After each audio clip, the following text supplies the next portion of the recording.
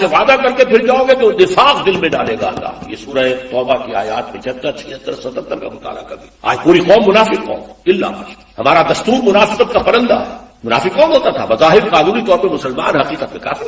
ہمارے دستور میں قرارداد مقاصد ہے، فلاں دفعہ ہے، فلاں دفعہ ہے، لیکن حقیقت میں کافر۔ ومن لم یحکم بما انزل اللہ فاولئک هم الکافرون۔ بنگلہ دیش کا معاملہ بھی یہی ہے۔ بھارت کے مسلمان تو انڈائریکٹ مجرم ہیں، انہوں نے سپورٹ کیا۔ اصل مجرم جو ہے پاکستان اور بنگلہ یہ ہے۔ اس میں جو ہے اس سے علاج کیا ہے؟ اس کا نکلنے کی کوئی صورت ہے کہ نہیں ہے؟ ایک ہی علاج ہے، ایک ہی علاج ہے، ایک ہی علاج ہے۔ دنیا کے کسی ایک سائزیبل ملک کے اندر اگر اسلام کا نظام پورا قائم کر کے دنیا کو دکھا دیا جائے اور چیلنج کیا جائے، come and see with your own eyes this is Islam, تب وہ شہادت علی الناس کی ذمہ داری بطور فرض کفایہ ادا ہو جائے۔ پوری امت نہ بھی ایسا کر سکے، لیکن امت کا کوئی حصہ، کوئی سائزیبل ملک یہ کر کے دکھا دے تو یہ پوری امت کی طرف سے فرض کفایہ ہو۔ جیسے جنازے کی نماز کچھ لوگ بھی پڑھ لیں تو فرض کفایہ ادا ہو گیا، باقی سب لوگ جو بستی کے ہیں وہ اس سے مستثنیٰ ہو گئے۔ کوئی بھی نہ پڑھے تو سب مجرم، سب گناہگار۔ اس وقت ہم سب گناہگار۔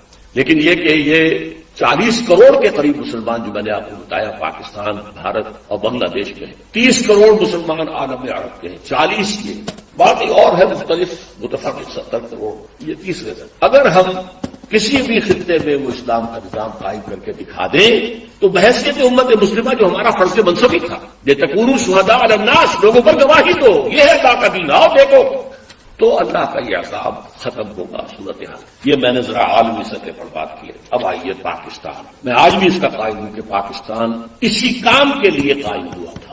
علامہ اقبال کا فکر، خاص طور پر 37 میں جو ان کا خطبہ الہٰباد، اس سے پہلے ان کی شاعری کیا کہنے ہیں اس کی، جو سور پھونکا تھا۔ پھر قائد اعظم نے 1938 سے 47 تک جو راگ الاپا ہے اسلام اسلام اسلام، اس کے نتیجے میں 1946 کے الیکشنز کے اندر مسلم لیگ کی حیثیت حاصل، یہ مسلمانوں نے ہند کی واحد نمائی، اور یہ اللہ کا اصل میں معجزہ ہے۔ میں نے لکھی ہے کتاب استحکام پاکستان، پڑھیے اس کو۔ میں کہتا ہوں پاکستان کا قیام ایک معجزہ ہے۔ معجزہ کیوں ظاہر ہوا کہ ہم نے کہا تھا اللہ ہمیں آزادی دے ہندو سے اور انگریز سے تو ہم تیرے دین بول بالا کریں، خلافت راستہ کا نظام دنیا کو ایک دفعہ پھر دکھا۔ میں نے اسی لیے اپنی اس کتاب میں استحکام پاکستان میں قرآن کی پاکستان کے قیام کو معجزہ کہا، اور قائد اعظم کی شخصیت کے لیے میں نے لفظ استعمال کیا معجز نما شخص۔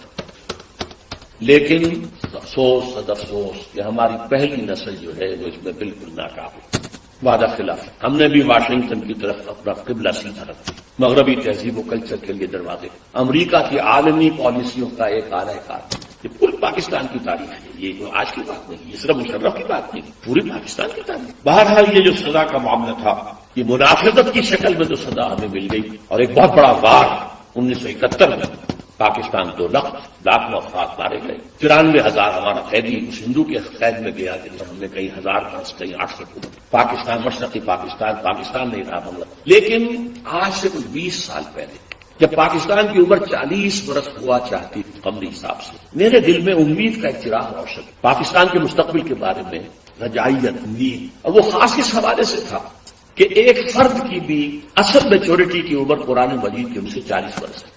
اسی طرح بنی اسرائیل کی تاریخ میں 40 برس کا عدد بہت اہم ہے کہ جو نسل نکلی تھی مصر سے، جو غلامی کا داغ اٹھائے ہوئے تھی، اس نے تو حضرت موسیٰ کو کوڑا جواب دے دیا تھا کہ ہم جنگ نہیں کریں گے، فاذهب انت وربك فقاتلا انها هنا قاعد۔ اللہ نے سزا دی، اب یہ 40 برس تک یہی بھٹکتے پھریں گے صحرائے تیہ کے اندر، یتیہون فی الارض فانها محرمۃ علیہم 40 سنہ یتیہون فی الارض۔ لیکن 40 برس کے بعد نئی نسل جو پیدا صحرا میں پلی بڑھی تھی، آزادی کی فضا میں سانس لے ابھری تھی، نے جنگ کی، جوشوا، حضرت یوشع علیہ السلام، یوشع بن نون، اور پھر ان کا دور شروع، کامیابی۔ تو شاید 40 برس تک پاکستان بھی صحرائے تیہ کے اندر بھٹکتا رہا، شاید اللہ کرے، امید تھی۔ اس امید کا مظہر ہے میری کتاب استحکام پاکستان، کتنوں نے پڑھی ہوگی آپ، میرا خون جگر ہے اس کے اندر، امید تھی کہ ہوگا، انقلاب یہاں آیا کرے گا۔ لیکن چند ہی سال میں اس امید کے تار و پود بکھر کے رہ گئے، وائے ناکامی متائے کارواں جاتا رہا، کارواں کے دل سے احساس سے آئے۔ 92 میں یہ جو کتاب آئی تھی استحکام پاکستان، یہ 85-86 میں آئی، لکھی گئی 85 میں، چھپی 86۔ 92 میں میری کتاب وہ آئی ہے جس کا میں نے پہلے بھی ذکر کیا، تو پڑھیے خدا کے سابقہ اور موجودہ مسلمان امتوں کا ماضی حال مستقبل، اس میں میں نے پاکستان کے لیے لکھی یا سنگیز کے 3 میں سے کوئی ایک انجام اس کا ہوگا۔ ایک تو یہ ہے جس کے کوئی آثار نہیں، کہیں نظر نہیں، کوئی امید کی کہ اس امت مسلمہ پاکستانیہ کو قوم یونس کی طرح توبہ کرنے کی توفیق اور عذاب ٹل جائے، اللہ کی قدرت سے بعید نہیں، لیکن کوئی امید کے آثار نہیں، بہرحال ایک ممکنہ بات۔ دوسرا یہ کہ کوئی بڑا جھٹکا لگے 1971 والا، اس کو ہم نے مغربی پاکستان میں محسوس نہیں کیا تھا، جہاں محسوس کر کے لوگ جاتے، یہ بھی بڑی کامیابی۔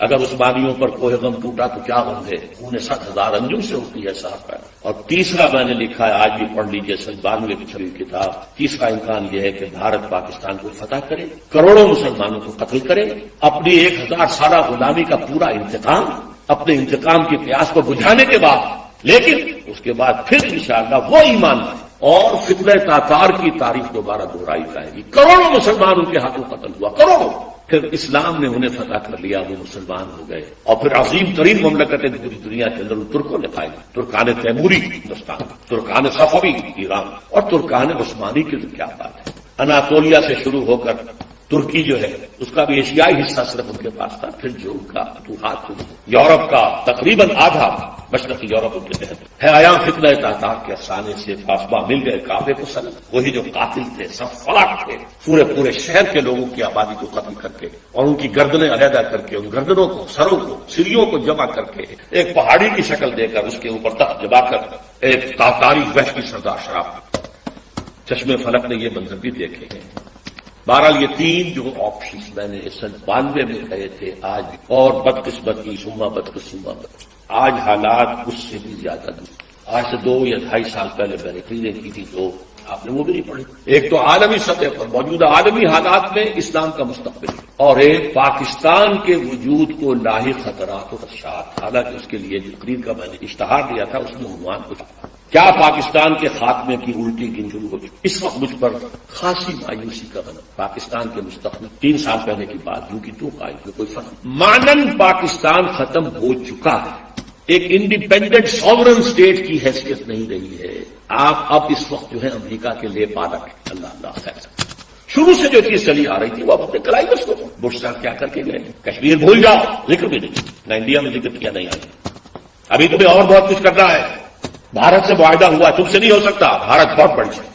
آج سے کوئی 40 سال قبل میں بڑے بھائی کے ساتھ مشرقی پاکستان تھا اس وقت، 67-68 کی بات، سیر کے لیے گئے تھے، میرے ایک ہمدان اسرار الحق صاحب وہاں پہ چیف انجینئر تھے، پاک PW، انہوں نے دعوت دی تھی، آپ میں یہاں ہوں سیر کرا دوں، ڈھاکہ اور مختلف جگہ، چٹاگانگ، چوٹوگرام جسے کہتے ہیں۔ وہاں ایک ملاقات میں اسرار الحق صاحب نے، وہ امریکہ جا چکے، وہیں کیا بات ہو گئی، پہنچی وہیں یہ خاک جہاں کا، انہوں نے ایک جملہ کہا جس پر مجھے بہت پیش آیا، جملہ سنیے، India is a very great country and Pakistan is only a nuisance too, انگریزی دان لوگوں نے تو سمجھ لیا ہوگا، بھارت ایک بہت بڑا ملک ہے اور پاکستان اس کے لیے تھوڑی سی سرگرانی کا باعث ہے، بس۔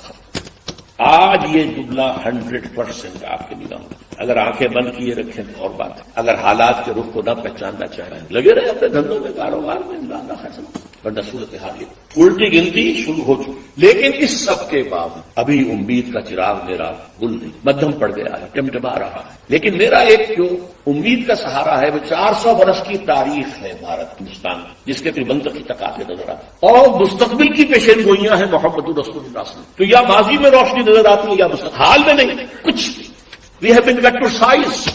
اور جو تھوڑا سا شوشہ چھوڑا ہے مشرف صاحب نے کہ میرا جو چین کا دورہ تھا وہ اس مقصد کے لیے تھا، وہ بیلنس کرنے کے لیے گئے، اول تو چین آپ کو گھاس ڈالے گا نہیں، ابھی طویل عرصے تک اس کا ارادہ کنفرنٹیشن کا ہے ہی، وہ اپنی اکانومی کو ڈیولپ کرنے میں لگا۔ ثانیاً اگر آپ کی کوئی پیش رفت ہو گئی تو آپ کے اوپر زبردست حملہ جو ہے بھارت کا اور افغانستان کے دونوں طرف سے، آپ شکنجے میں، وہ افغانستان جو ہمارا دوست تھا اور ہم اس کے دوست امدادی تھے، کرزئی کے بیانات سنیے، یہ کون ہز ماسٹرز وائس ہے، وہ یہ اس کی بات نہیں ہے، یہ بش کی بات ہے، بش نے کچھ باتیں یہاں آ کے کرنی تھی، کچھ باتیں پہلے پہنچا دی تھی سوپر سے۔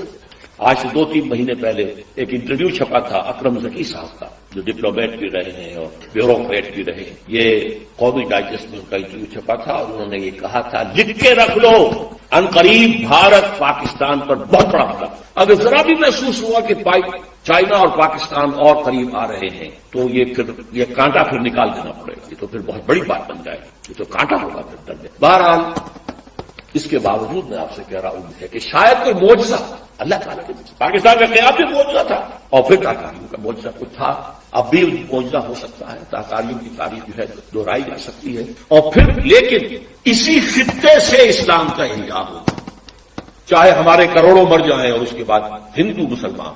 اور یہ پیشن گوئی شاہ ولی اللہ دہلوی کی ہے کہ ایک وقت آئے گا کہ ہندوستان کی اونچی ذات کے لوگوں کی اکثریت اسلام قبول کرے. دیکھیے ہمارے ذہن میں خیال بھی آتا ہے تو نچلی ذات کا، شیڈول کاسٹ کا، شودروں کا نہیں، اونچی ذات کے ہندوؤں کی اکثریت جو ہے اسلام قبول کرے. اب آئیے آخری کلائمیکس. یہ تو حالات ہیں، تاریخ کا رخ ہے، جا رہا ہے. پاکستان کدھر جا رہا ہے میں روک نہیں تھا، آپ روک نہیں. ہماری جو بھی غلطیاں ہیں، کوتاہیاں، وعدہ خلافی، کیا سزا ہے، ہم اس کے مستحق ہیں، ہم کو شکوہ نہیں کر سکتے. ذوالقرنین اصل میں ایران کے بادشاہ تھے، اور ایران اس وقت دو ملکوں میں اوپر میں منقسم تھا. اب بھی اگر ابھی کبھی نقشہ دیکھیں گے تو ایک علاقہ جو ہے ایران کا وہ تو ہے جو خراسان کا حصہ ہے. جو اصل ایران ہے اس کو بھی یوں سمجھیے دو حصوں میں، ایک پارس پرانا کہلاتا تھا جس سے فارس کا لفظ بنا ہے، اور دوسرا مادہ تھا، میڈیا یا مادہ. تو یہ ایک شخص ایسے ابھرے کہ جنہوں نے ان دونوں کو ملا کر ایک حکومت بنایا، اور وہاں سے سلطنت ایران کا جو یوں سمجھیے کہ جو ان کا ایک سنہرا دور ہے، اور ان کی عظمت و سطوت جس کی کہ وہ بہت زیادہ جس پر فخر کرتے ہیں، اس لیے کہ ایرانی قوم بڑی نیشنلسٹ ہے، نسل پرست ہے. ان کے اندر اپنی تاریخ پر، اپنی روایات پر جو ہے وہ بہت ان کو فخر ہے. تو وہاں سے وہ دور شروع ہوا، اور انہوں نے پھر اس علامت میں کہ میں نے دو ملکوں کو جوڑ کر ایک بنایا ہے، اپنے تاج کے اندر دو سینگ لگا لیے تھے، اور وہ جو ہے ذوالقرنین یہ لقب ان کا ہو گیا تھا. اس کے حوالے سے سوال کیا گیا، اور اس کے بارے میں تفصیل جو اگلے رکوع میں آئے گی. وَيَسْأَلُونَكَ عَنْ ذِي الْقَرْنَيْنِ قُلْ سَأَتْلُو عَلَيْكُم مِّنْهُ ذِكْرًا صدق اللہ العظیم. ذوالقرنین کے بارے میں آپ کو بتا چکا ہوں کہ ان کا نام تاریخ میں جو مشہور ہے وہ خسرو یا سائرس، اور انہی سے اصل میں ایران کی عظمت کے دور کا آغاز ہوا تھا. چنانچہ تقریباً میں سمجھتا ہوں کہ شاید 25-30 سال پہلے کی بات ہے، جب شہنشاہ ایران اس وقت جب کہ ان کی بادشاہت جو ہے وہ بڑے عروج پر تھی، انہوں نے 2500 سالہ برسی منائی تھی انہی خسرو کی، سائرس کی. ان کی قبر جو ہے مقبرہ وہ دریافت ہو گیا تھا، اور وہاں پر ان کا ایک مجسمہ بھی دریافت ہوا تھا کھدائی پر. اس مجسمے میں وہ دو لگے ہوئے تھے سینگ بھی. اس موضوع پر سب سے پہلے مولانا ابوالکلام آزاد مرحوم نے جو اپنی ترجمان القرآن کے نام سے انہوں نے مختصر ترجمہ اور تفسیر لکھی ہے، اس میں بڑے تفصیلی نوٹس لکھے ہیں. سب سے پہلے اہل علم کے حلقے میں ان کے بارے میں جو معلومات ہیں وہ ان کے ذریعے سے آئی. اب یہ تقریباً یونیورسلی ایکسیپٹڈ ہے. پھر سوال پیدا ہوتا ہے کہ ان سے کیا دلچسپی یہود کو تھی. تو وہ بھی سمجھ لیجئے کہ نبوکدنضر نے 587 قبل مسیح میں حملہ کیا تھا فلسطین پر، اور نبوکدنضر عراق کا بادشاہ. اس مڈل ایسٹ کو ذہن میں رکھیے کہ میڈیٹرینین کے بالکل ساتھ ہے ملک شام، اور شام ہی کا ایک علاقہ فلسطین ہے. اس وقت جو ہے یہ فلسطین اور اسرائیل اور شرق اردن اور ویسٹ بینک اور لبنان، یہ سب مل کر جو ملک بنتے ہیں، در حقیقت یہ شام عرب ہے، یہ شام ہے. پھر اس کے مشرق میں یہ عراق عرب یا عراق ہے، اور اس کے مشرق میں پھر ایران ہے. تو عراق کا بادشاہ تھا جس نے حملہ کیا تھا، یروشلم پر تباہ و برباد کیا، اور ان کو قیدی بنا کر لے گیا. کیپٹیوٹی کا دور ان کا تقریباً 150 برس کا ہے. لیکن اس عرصے میں ایران میں یہ شخصیت ابھری خسرو کی یا سائرس کی. اس نے پھر فتوحات کا دائرہ شروع کیا، تو سب سے پہلے عراق کو فتح کیا، بیبیلونیا کو، اور یہاں پر جو یہ اسیر تھے یہودی، ان کو اجازت دے دی کہ تم واپس جاؤ، اپنا یروشلم آزاد کرو، اپنے جا کر آباد کر لو دوبارہ. تو گویا کہ یہ محسن ہیں ان کے، ذوالقرنین جو ہے ان کے محسن ہیں، جن کی وجہ سے کہ جن کے ذریعے سے اللہ تعالیٰ نے انہیں بیبیلونیا یعنی عراق کی کیپٹیوٹی جو ان کی اسارت کا دور تھا اس کو ختم کیا، آزادی ملی، اور پھر یہ واپس آئے. حضرت عزیر علیہ السلام کے ساتھ قافلہ آیا ہے، اور وہ تقریباً پھر انہوں نے آ کر یہاں اثر نو اس شہر کو بھی آباد کیا، اور ہیکل جو ہے حضرت سلیمان علیہ السلام کا بنایا ہوا جو عبادت خانہ تھا اس کو دوبارہ تعمیر. اس اعتبار سے ذوالقرنین جو ہے وہ ان کی تاریخ میں ایک معروف شخصی. تاریخ سے معلوم ہوتا ہے کہ انہوں نے پھر ایران کی پہلی حکومت کو کنسولیڈیٹ کر کے پارس اور مادہ کو ملا کر ایک سلطنت ایران بنائی. پھر ان کی فتوحات کے 3 دائرے ہیں. مغرب کی طرف میڈیٹرینین تک پورا علاقہ فتح کر لیا. مشرق میں پھر یہ ہمارا جو مکران تک کا علاقہ ہے، یہ سارا کا سارا علاقہ ایران کے ساتھ ہی ملتا ہوا ہے، بلوچستان، مکران، یہ پورا علاقہ انہیں فتح کیا. ایک مہم ان کی شمال کی طرف گئی، بحیرہ کیسپین جو ہے، اور ادھر سے جو وہ بلیک سی ہے، بحیرہ اسود، ان دونوں کے درمیان جو پہاڑی سلسلے ہیں، یہ شمال کی طرف جو ہے تیسری مہم گئی. جیسے کہ حضرت عمر رضی اللہ تعالیٰ عنہ کے عہد میں بھی 3 لشکر نکلے تھے مسلمانوں کے جزیرہ نما عرب سے. ایک لشکر شام سے ہوتا ہوا پھر مصر کی طرف گیا ہے، ایک لشکر عراق سے ہوتا ہوا ایران کی طرف گیا ہے، اور ایک لشکر سیدھا شمال کی طرف گیا ہے اور کوہ کاف تک جو ہے جس کو کوکیشیا کہتے ہیں وہاں تک کی فتوحات حاصل کی مسلمانوں نے۔ تو تقریباً یہی سمجھیے کہ ایک بلو پرنٹ تھا جو کہ یعنی ہمارے اس دور خلافت راشدہ سے جو سمجھیے کہ لگ بھگ کوئی 2000 سال قبل جو ہے یہ واقعہ پیش آیا ہے، یا بلکہ اس سے کم، کوئی 1500 سال قبل یہ واقعہ پیش آیا ہے، اور یہ ذوالقرنین جو ہے یہ یہاں پر ایک بڑی عظیم سلطنت کے بانی بنے، لیکن نیک آدمی تھے۔ اور معلوم یہ ہوتا ہے کہ یہ اصل میں جو کہانیاں ہیں یہ ان کی داستانیں ہیں کہ ان کو قتل کیا جانا تھا، یہ کہیں شہزادے تھے کسی چھوٹی سی مملکت کے، اور وہاں سے ان کو کسی نے بچایا کسی طریقے سے، اور پھر یہ صحرا میں رہے روپوش، اور وہاں کسی نبی کی تعلیم سے ان کو آشنائی ہوئی ہے۔ ہو سکتا ہے کوئی اسرائیلی نبی ہی کی تعلیم ہو، یہ بھی ہو سکتا ہے کہ زرتشت جو ہیں وہ بھی کوئی اللہ کے نبی ہو اور ان کی تعلیم ان تک پہنچی ہو، لیکن خود ان کا کردار جو قرآن پیش کر رہا ہے وہ بہت ایک نیک مومن صالح ایک بندہ مومن اس کا کردار ہے۔ یہ کردار جو ہے کسی بھی درجے میں 1% بھی جو ہے وہ کسی اور دوسرے فاتح پر یا کسی اور حکمران کے اوپر جنہیں بھی ہم جانتے ہیں تاریخی اعتبار سے ان پر منطبق نہیں ہوتی، یہ انہی کی شخصیت ہے۔ وَيَسْأَلُونَكَ عَنِ ذِي الْقَرْنَيْنِ، اور اے نبی آپ سے پوچھ رہے ہیں ذوالقرنین کے بارے میں، قُلْ سَأَتْلُو عَلَيْكُم مِّنْهُ ذِكْرًا، ان سے کہیے میں عنقریب تمہیں اس کے بارے میں کچھ حالات بتاتا ہوں۔ اِنَّا مَكَّنَّا لَهُ فِي الْأَرْضِ، ہم نے اسے زمین میں بڑا تمکن عطا کیا تھا، غلبہ عطا کیا تھا، وَآتَيْنَاهُ مِن كُلِّ شَيْءٍ سَبَبًا، اور ہم نے اسے ہر طرح کا ساز و سامان، وسائل و ذرائع، تمام اسباب جو ہیں فراہم کر دیے تھے۔ فَأَتْبَعَ سَبَبًا، تو انہوں نے پھر ایک مہم تیار کی، یعنی ایک فتوحات کا دائرہ مغرب کی طرف، حتیٰ اذا بلغ مغرب الشمس، یہاں تک کہ جب وہ سورج کے غروب ہونے کی جگہ تک پہنچ گئے۔ اب یہ پرانے زمانے میں ظاہر بات ہے کہ پورا اس سے زیادہ نقشہ تو لوگوں کو معلوم بھی نہیں تھا، جب میڈیٹرینین کے ساحل پر پہنچ گئے تو معلوم آگے تو سمندر ہے، اور سمندر میں پھر آدمی کو محسوس ہوتا ہے سورج ڈوبتا ہوا۔ اگر آپ ساحل سمندر پر کھڑے ہو کر دیکھیں تو معلوم ہوتا ہے سمندر میں سورج ڈوب رہا ہے، تو یہ گویا کہ مغرب الشمس بن گیا ان کے لیے، وہ یہ سورج کے ڈوبنے کی جگہ۔ حتیٰ اذا بلغ مغرب الشمس، جب وہ پہنچ گیا سورج کے غروب ہونے کی جگہ، وجدہا تغرب فی عین حمیۃ، تو انہوں نے دیکھا اسے ڈوبتے ہوئے، وہ ڈوب رہا ہے ایک بڑے گدلے سے سمندر کے اندر۔ وہ جو وہاں کا سمندر ہے بڑا گدلا سا ہے، یہ ایجین سی وغیرہ جو کہلاتے ہیں یہ بہت گدلے سے پانی کے ہیں۔ ووجد عندہا قوما، اور وہاں انہوں نے ایک قوم کو پایا مراد یہ کہ اس قوم پر انہیں فتح ہوئی، جنگ ہوئی، انہوں نے ان کو شکست دی، اور وہ قوم گویا کہ اب ان کے رحم و کرم پر ان کی گویا کہ وہ محکوم ہو گئی۔ قلنا یا ذوالقرنین، ہم نے کہا ذوالقرنین سے، اب یا تو یہ کہ یہ شاید نبی ہوں واللہ عالم، تو اللہ تعالیٰ کا اس طریقے سے براہ راست ان کو وحی کرنا، لیکن غیر نبی کو بھی اللہ تعالیٰ الہام کے ذریعے سے، جیسا کہ ہم نے دیکھا کہ وہ تو شہد کی مکھی کو بھی لفظ وحی آیا ہے، تو یہاں آیا ہم نے کہا اے قرنین، اور یہ بھی ہو سکتا ہے یہ صورتحال کی تعبیر ہو کہ گویا کہ وہ حالات زبان حال سے یہ کہہ رہے تھے۔ قلنا یا ذوالقرنین اما ان تعذب و اما ان تتخذ فیہم حسنا، کہ یا اے ذوالقرنین تمہیں پورا اختیار ہے، چاہو تو یہ جو مفتوح قوم ہے تمہاری اسے تم سزا دو، عذاب دو، ستاؤ انہیں، یا یہ کہ تم ان کے اندر اچھی روش اختیار کرو، ان کے ساتھ حسن سلوک کرو۔ قال، انہوں نے کہا اما من ظلم، جو کوئی ظالم ہے، بے انصاف ہے، ہو سکتا ہے اس سے مراد کفر اور شرک بھی ہو، فسوف نعذبہ ثم يرد الى ربہ فیعذبہ عذابا نکرا، تو اسے تو ہم عذاب دیں گے، سزا دیں گے، اور پھر وہ لوٹایا جائے گا اپنے رب کی طرف، پھر اس کا رب اس کو عذاب دے گا جو اصل عذاب ہے، برا عذاب، سخت عذاب۔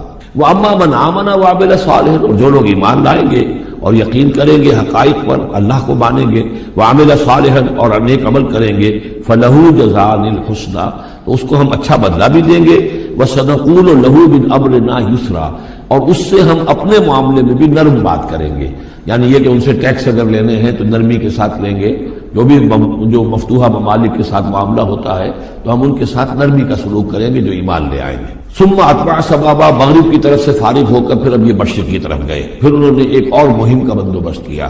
حتیٰ اذا بلغ مطلع الشمس، یہاں تک کہ جب وہ سورج کے طلوع ہونے کی جگہ تک پہنچ گئے۔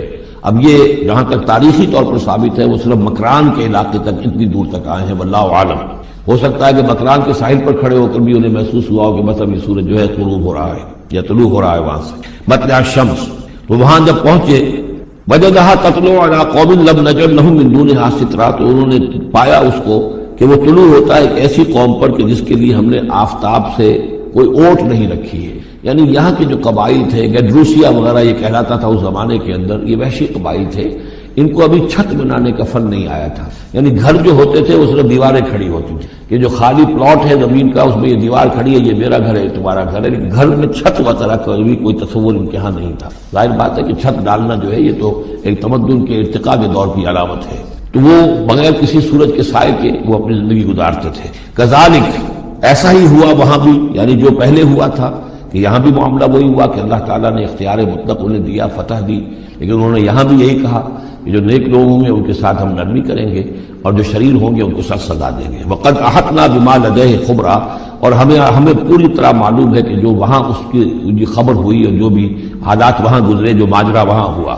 ثم اتبع سببا، اب یہ تیسری آ رہی ہے. ثم اتبع سببا، پھر اس نے ایک اور مہم تیار کی. یہ شمالی مہم ہے. حتی اذا بلغ بین السدین، یہاں تک کہ جب وہ دونوں پہاڑوں کے درمیان پہنچ گئے، دو دیواروں کے درمیان پہنچ گئے.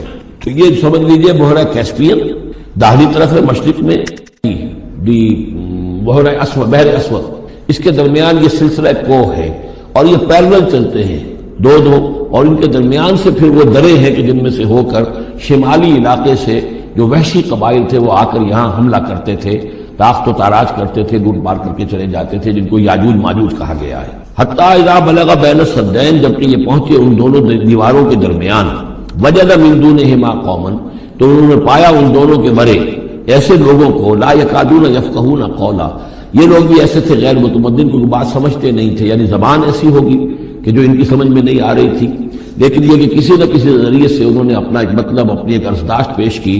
قالوا یا ذا القرنین، انہوں نے کہا کہ اے ذو القرنین، ان یاجوج و ماجوج مفسدون فی الارض، یاجوج اور ماجوج جو قومیں ہیں یہ زمین میں بہت فساد مچانے والی ہیں. فہل نجعل لک خرجا، تو کیا ہم آپ کے لیے ایک سالانہ خراج مقرر کر دیں، الا ان تجعل بیننا و بینہم سدا، اس کے عوض کہ آپ ہمارے اور ان کے درمیان ایک سد تعمیر کر دیں، ایک دیوار حائل کر دیں کہ وہ ہم پر حملہ آور نہ ہو سکے، یعنی درے کو بند کر دیا جائے. یوں سمجھیے جس اصول پر کہ آج کل ڈیم بنتے ہیں. ڈیم کیا ہے کہ ایک پہاڑی سلسلہ یوں آ رہا ہے، ایک پہاڑی سلسلہ یوں آ رہا ہے، دریا درمیان میں سے گزر رہا ہے، آپ نے گزرگاہ پر ایک دیوار کھڑی کر دی تو یہ گویا کہ ایک آرٹیفیشل لیک کریٹ ہو گئی، پانی یہاں جمع ہو رہا ہے. تو اگر پہاڑی سلسلے دو چل رہے ہوں، ان کے درمیان جو راستہ ہے اس کو اگر بند کر دیا جائے، دیوار کھڑی کر دی جائے اور اس دیوار کا مضبوط دیوار ہو، تو ظاہر بات ہے کہ پھر ادھر سے کوئی آ کر حملہ آور نہیں ہو سکتا، ان کے لیے ایک حفاظت کا سامان ہو جاتا ہے. یہاں یہ سمجھ لیجئے کہ یاجوج ماجوج سے کیا مراد ہے. حضرت یافس علیہ السلام، جو تین بیٹے تھے حضرت نوح علیہ السلام کے، سام، حام، یافس. سامی نسل کے بارے میں تو ہم نے بہت کچھ سمجھ لیا کہ حضرت ابراہیم بھی سامی نسل سے تھے، پھر قوم عاد بھی سام ہی کی نسل کی ایک شاخ تھی، قوم سمود بھی اسی کی شاخ تھی. یہ تمام جو ہے یہ تو سیمیٹک ریسز ہے. حضرت یافس کی اولاد نے یہ سینٹرل ایشین ماؤنٹینز کا جو سلسلہ ہے اس کو کراس کیا اور شمال میں چلے گئے، اور شمال میں جا کر دائیں بائیں پھیل گئے. پھر یہ میدان ہے، ٹنڈرے کا میدان اور فلانے میدان اور بڑے بڑے کھلے میدان ہیں. تو گویا کہ ایشیا کے درمیان میں جو سلسلہ کوہ تقسیم کر دیتا ہے، ایک شمالی حصہ ہے، ایک اس کا اس کے جنوبی حصہ ہے. یہ شمالی میں چلے گئے اور جا کر پھر پھیلے. پھیلنے میں وہ مشرق کی طرف آئے تو چین اور ہند چینی تک یہ ساری قومیں جو ہے یہ یلو ریسز، یہ انہی کی نسل سے ہیں. اور مغرب میں چلے تو روس، اور روس سے ہو کر روس کے ساتھ ملتا ہوا علاقہ اسکینڈینیوین کنٹریز کے ساتھ، پھر وہاں سے وہ اتر کر اور یورپ کے بھی جو مغربی ممالک ہیں، اینگلو سیکسنز جو ہیں، یہ بھی در حقیقت اسی سے اسکینڈینیوین کنٹریز سے اترے ہوئے لوگ ہیں. تو یوں سمجھ لیجئے کہ ویسٹرن یورپ اور ایسٹرن یورپ کا بھی خاص طور پر شمالی علاقہ، اور پورا یہ روس کا علاقہ، اور پورا صحرائے گوبی، اور پورا چین، اور وہاں تک جو ہے ہند چینی تک، یہ یافس کی نسل ہے. یافس کے جن بیٹوں کے نام تورات میں آئے ہیں، کئی نام ہیں، وہ کوئی ایک دو نہیں، ان میں گوگ اینڈ میگوگ بھی ہے، توبال بھی ہے، موسک بھی ہے. موسک ایک شخص کا نام ہے، اور موسکو ہو سکتا ہے کہ اسی نے آباد کیا ہو اور وہیں سے وہ نام بنا ہو. توبال اور بالٹک سی جو ہے اس ایریا کے اندر جو ہے، بالٹک سٹیٹس، توبال ان کے ایک بیٹے کا نام تھا. یہ تورات کے اندر نام دیے گئے ہیں. گوگ اینڈ میگوگ، یاجوج ماجوج، یہ بھی انہی کے بیٹوں کے. یہ تمام اقوام جو ہے یہ وحشی ہیں، اور یہ تاخت و تاراج کرنا، لوٹ مار کرنا، یہ ان کا طریقہ ہے، اور ان کا ہے ذکر جو یہاں پر ہو رہا ہے. یہ جو سیلاب آیا تھا، کولونیل سیلاب جو ہم پر آیا تھا، جس میں کہ یہ اینگلو سیکسنز تھے، یہ سب کے سب جو ہیں یہ اسی نارڈک ریسز سے ہیں. یہ بھی یاجوج اور ماجوج کی نسل ہے. ایک سیلاب ان کا آ چکا ہے جو آیا تھا یورپ کے سے نکل کر، یہ کولونیل سیلاب آیا اور پوری دنیا کے اوپر چھا گیا تھا، ایشیا اور افریقہ کو انہوں نے فتح کیا، کولونائز کیا. اب اگرچہ ان کی وہ بساط ایک دفعہ تو لپیٹ دی گئی ہے، وہ واپس چلے گئے ہیں، انڈائریکٹلی ہم پر حکومت کر رہے ہیں. ابھی ان کے جو ملٹی نیشنلز ہیں ان کے ذریعے سے یا بینکوں کے ذریعے سے، IMF کے ذریعے سے، ورلڈ بینک کے ذریعے سے انڈائریکٹ حکومت ہے جو نیو ورلڈ آرڈر ہے. لیکن یہ ہے کہ ابھی ایک اور جو سیلاب ان کا آنے والا ہے وہ آتا ہے احوال قیامت کے معاملات میں. آرمگڈون کے بعد جب حضرت مسیح علیہ السلام کا نزول ہو چکے گا اور یہودیوں کا خاتمہ ہو چکے گا، اور پھر یہ کہ تمام جو عیسائی ہیں وہ مسلمان ہو جائیں گے، عیسائیت ختم ہو جائے گی حضرت مسیح علیہ السلام کے آنے کے بعد، اور مسلمان اور عیسائی مل کر ایک ملت بن جائیں گے، سب مسلمان ہوں گے. اس کے بعد آخری سیلاب پھر آنا ہے جو اس کے خلاف وہ احادیث میں آتا ہے، پھر وہ یاجوج اور ماجوج کا ہوگا. اور میرے نزدیک یہ یاجوج اور ماجوج جو ہے وہ ایسٹرن علاقے سے آئیں گے، چائنا وغیرہ سے، ہند چینی سے. آرمگڈون جو ابھی ہونی ہے فوری طور پر بڑی جنگ، اس میں یہ لوگ جو ہے بیٹھے رہیں گے، یہ جنگ میں حصہ نہیں لیں گے. یہ مڈل ایسٹ میں جنگ ہوگی، یورپین پاور ساری ہوں گی، کرسچین پوری طاقتیں ہوں گی، اور ادھر جو ہے مسلمان ہوں گے. اور حضرت مہدی جو ظاہر ہوں گے، جو اللہ تعالیٰ ایک عنایت کرے گا مسلمانوں کو لیڈر عرب کے اندر، وہ پیدا ہوں گے، مجدد ہوں گے، اور ان کے ذریعے سے عرب کے اندر ایک اسلامی حکومت بھی قائم ہوگی. لیکن ان کے لیے مدد کے لیے خراسان کے علاقے سے فوجیں آئیں گی، مشرق سے آئیں گی، اور یہ علاقہ جو ہے وہ ہے جو ہمارے قریب ہے اور ہم بھی اسی علاقے میں ہیں. اللہ تعالیٰ ہمیں توفیق دے کہ یہاں وہ ہم پہلے اس نظام میں خلافت قائم کریں، تاکہ یہاں سے پھر فوجیں جائیں اور حضرت مسیح کے ساتھ ہو کر اور حضرت مہدی کے ساتھ ہو کر عیسائیوں اور یہودیوں کے ساتھ جنگ کریں، اور بالآخر پھر یہ کہ پوری دنیا میں اسلام کا بول بالا ہوگا. لیکن جب یہ ہو چکے گا اس کے بعد ایک سیلاب پھر آئے گا یاجوج اور ماجوج کا. تو یہ چونکہ پوری ایک سلسلہ ہے، ایک نسلیں ہیں اس کے اندر بہت سی، تو ان میں چونکہ تفسیری اعتبار سے بہت سی باتیں جو ہے مختلف آراء بھی سامنے آئیں گی، تو میں نے جو رائے میری ہے وہ آپ کے سامنے بیان کر دی. اس وقت میں وہ یاجوج ماجوج تھے جو ان شمالی دروں سے آ کر حملے کرتے تھے. الا ان تجعل بیننا وبینہم سدا، تو کیا ہم آپ کے لیے ایک سالانہ خراج طے کر دیں تاکہ آپ ہمارے لیے یہاں ایک سد تعمیر کر دیں، ایک بند باندھ دیں یہاں پر. قال ما مکنی فیہ ربی خیر. اب دیکھیے ان کا کردار کا، مجھے جو کچھ میرے رب نے دے رکھا ہے، دولت دے رکھی ہے، مال دے رکھا ہے، وہ بہت بہتر ہے اس سے کہ جو تم مجھے پیش کر رہے ہو. مجھے خراج کی ضرورت نہیں ہے، ہاں تمہاری ایک ضرورت ہے میں وہ پوری کر دیتا ہوں.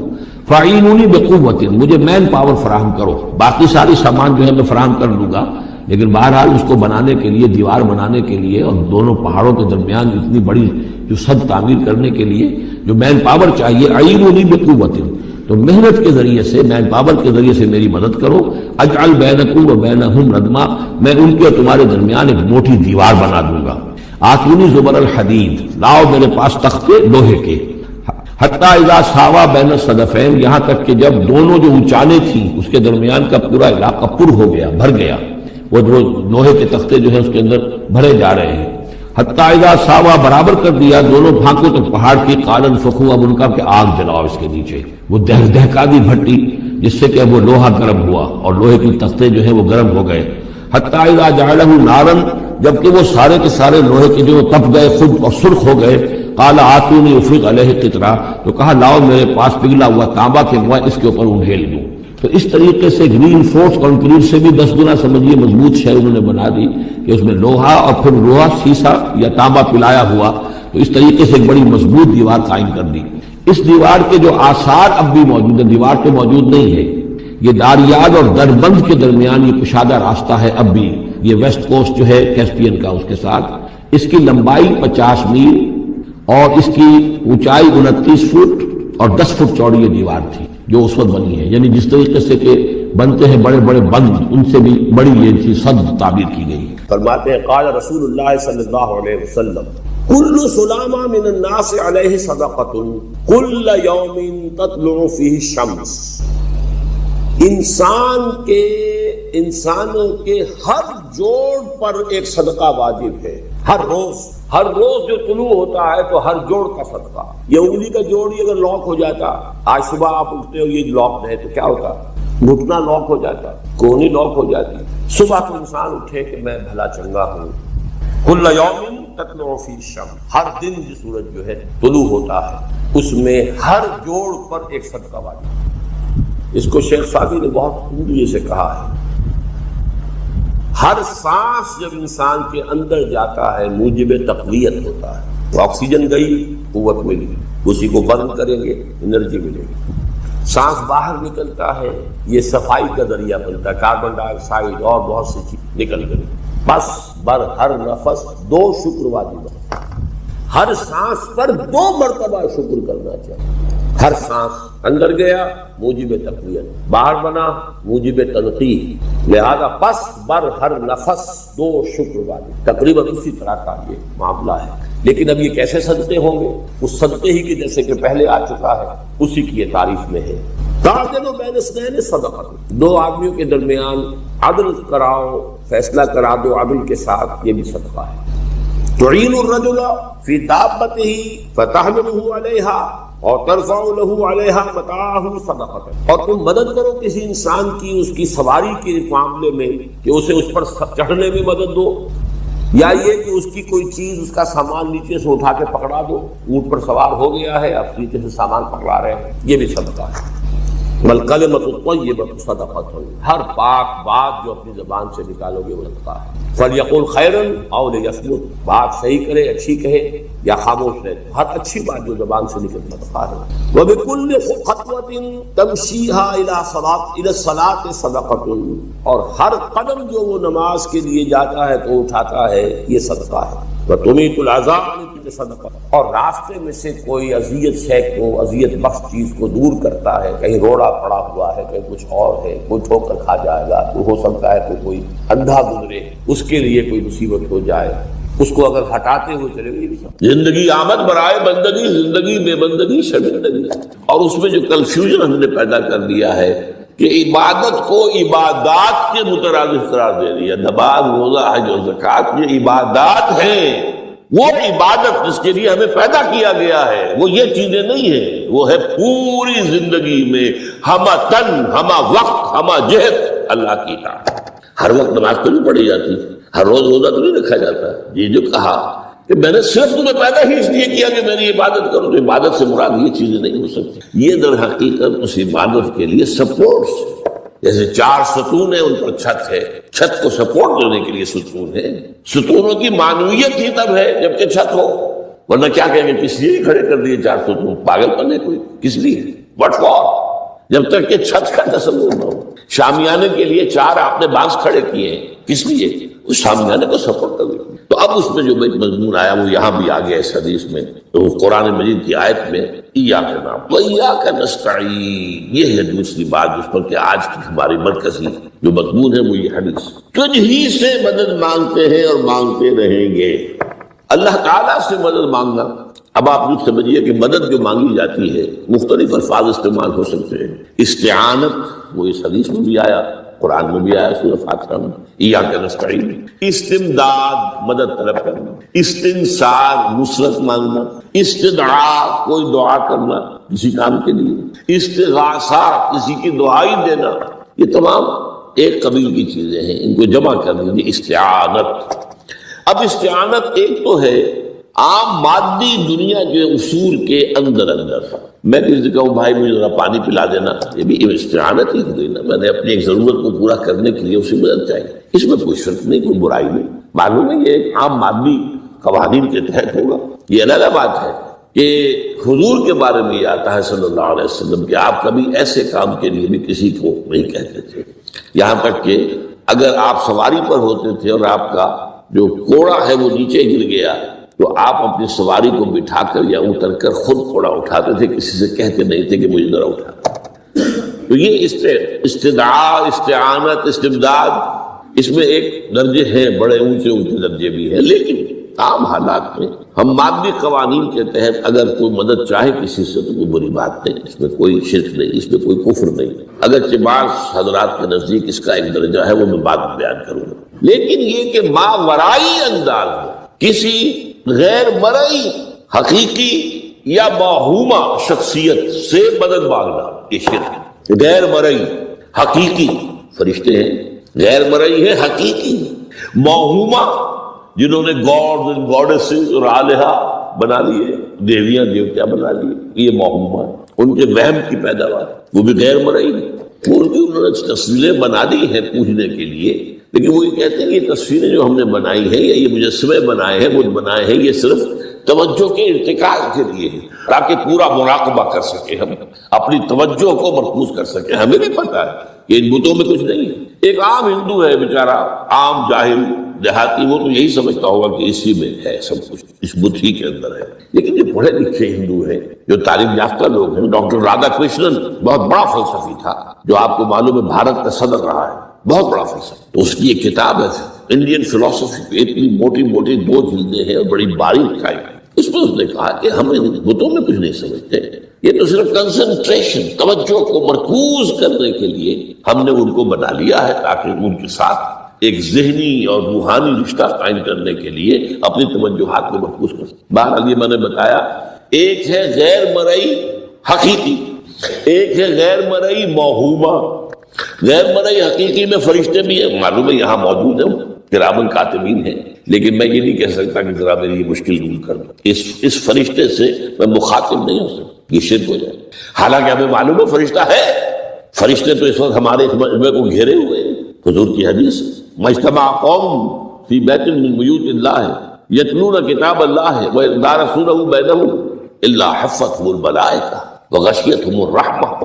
جب بھی کبھی میرے گھروں سے کسی گھر میں میرے بندے جمع ہوتے ہیں قرآن کو پڑھنے اور سمجھنے کے لیے، سمجھنے سمجھانے کے لیے، تو فرشتے ان کے گرد گھیرا ڈال دیتے اور ان پر رحمت چھا جاتی اور سکینت ان پر آسمان سے نازل ہوتی، اور اللہ تعالیٰ ان کا ذکر کرتا ہے فی من عندہ۔ دیکھو اے فرشتوں، تم تو کہتے تھے نا کہ اے اللہ تو یہ خلیفہ بنانے چلا ہے آدم، یہ تو دنیا میں فساد مچائے گا، دیکھو وہ میرے بندے وہ کیا کر رہے ہیں۔ اللہ تعالیٰ ذکر کرتا ہے ان کا اپنی اس مجلس میں، وہ جو ملائے اعلیٰ کی مجلس ہے، جو اللہ تعالیٰ کے قریب ترین جو فرشتے، تو فرشتے ہیں لیکن مدد نہیں مانگی جا سکتی۔ اسی طرح اب ذرا مسئلہ دوسرا وہ مختلف سی ہو جائے گا۔ میں نے پہلے وہ بات کی جس میں اختلاف کا امکان ہے، فرشتے تو ہے، ان پر ہمارا ایمان ہے، اور اصل میں ایمان بالملائکہ ہی کی شکل بگڑی ہے۔ یہ جو گاڈ اور گاڈیسز بنا لیے گئے اور دیوی اور دیوتا بنا لیے گئے اور الہہ بنا لیے گئے، ملائکہ ہی کی، ملائکہ کو اللہ نے ایک ایک کام کے اوپر معمور کیا ہوا ہے۔ یہ پہاڑوں کا فرشتہ ہے، یہ بارش کا فرشتہ ہے، یہ فلاں کا فرشتہ ہے، انہوں نے انہی کو دیوتا بنا لیا۔ بس غلطی کیا لگی کہ ان کا کوئی اختیار نہیں ہے۔ ہمارا ایمان کیا؟ فرشتوں کا اختیار کوئی نہیں، یفعلون ما یؤمرون، جو اللہ حکم دیتا ہے ان کا کوئی اختیار نہیں۔ بس یہ باریک سا پردہ ہے، یہی ایمان بالملائکہ بن گیا ہے، دیویوں دیوتاؤں کی شکل اختیار کی۔ عرب کے لوگ خدا کی بیٹیاں کہتے تھے، وہ یہ فرشتے خدا کی بیٹیاں ہیں، ان کے نام پر لات، یہ مؤنث نام ہے، لات، عزا عزیز کا مؤنث، منات، یہ سب مؤنث نام، یہ دیویاں ہی اللہ کی بیٹیاں ہیں، فرشتے ہیں اصل۔ تو میں نے کہا کہ پہلے میں نے بات کی ہے وہ غیر مرئی کہ جو یقینی ہیں، متفق علیہ ہیں، فرشتے ہیں۔ ایک ہے مختلف فی، وہ یہ ہے کہ اولیاء اللہ کی ارواح بھی، ان کو بھی یہ، اگر یہ قول امام الہند شاہ ولی اللہ دہلوی کا نہ ہوتا تو میں کبھی اس کو تسلیم نہ کرتا۔ ان کا قول ہے کہ اللہ تعالیٰ اپنے جو بڑے محبوب بندے ہوتے ہیں ان کے انتقال کے بعد ان کی ارواح کو بھی فرشتوں کے جو درجہ